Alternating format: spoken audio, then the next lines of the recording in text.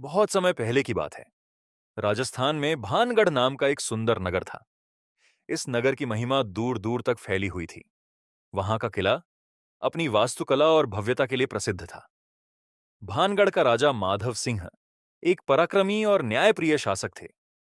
उनकी एक पुत्री थी जिसका नाम रत्नावती था। रत्नावती अपनी सुंदरता और बुद्धिमानी के लिए जानी जाती थी। उसकी सुंदरता की चर्चा सुनकर दूर दूर से राजकुमार उससे विवाह का प्रस्ताव लेकर आते, लेकिन वह अभी तक अविवाहित थी। भानगढ़ के पास ही एक साधु तांत्रिक रहता था जिसका नाम सिंघिया था। वह तांत्रिक विद्या में निपुण था और काली शक्तियों का साधक था। जब उसने रत्नावती को देखा तो वह उसकी सुंदरता पर मोहित हो गया और उसे पाने की इच्छा रखने लगा। लेकिन वह जानता था कि उसकी यह चाहत कभी पूरी नहीं हो सकती, क्योंकि वह एक तांत्रिक था और राजकुमारी उससे विवाह नहीं करेगी। तांत्रिक ने अपने काले जादू का सहारा लेकर एक योजना बनाई। एक दिन जब राजकुमारी का दासी उनके लिए इत्र खरीदने बाजार गई, तो तांत्रिक सिंघिया ने उस इत्र की बोतल पर जादू कर दिया।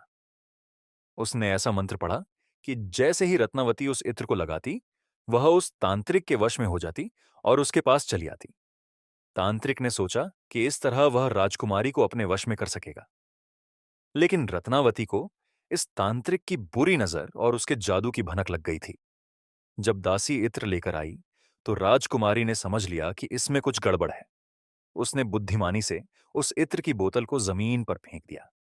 बोतल टूटते ही उसमें से एक काला धुआं निकला और पूरे भानगढ़ में फैल गया।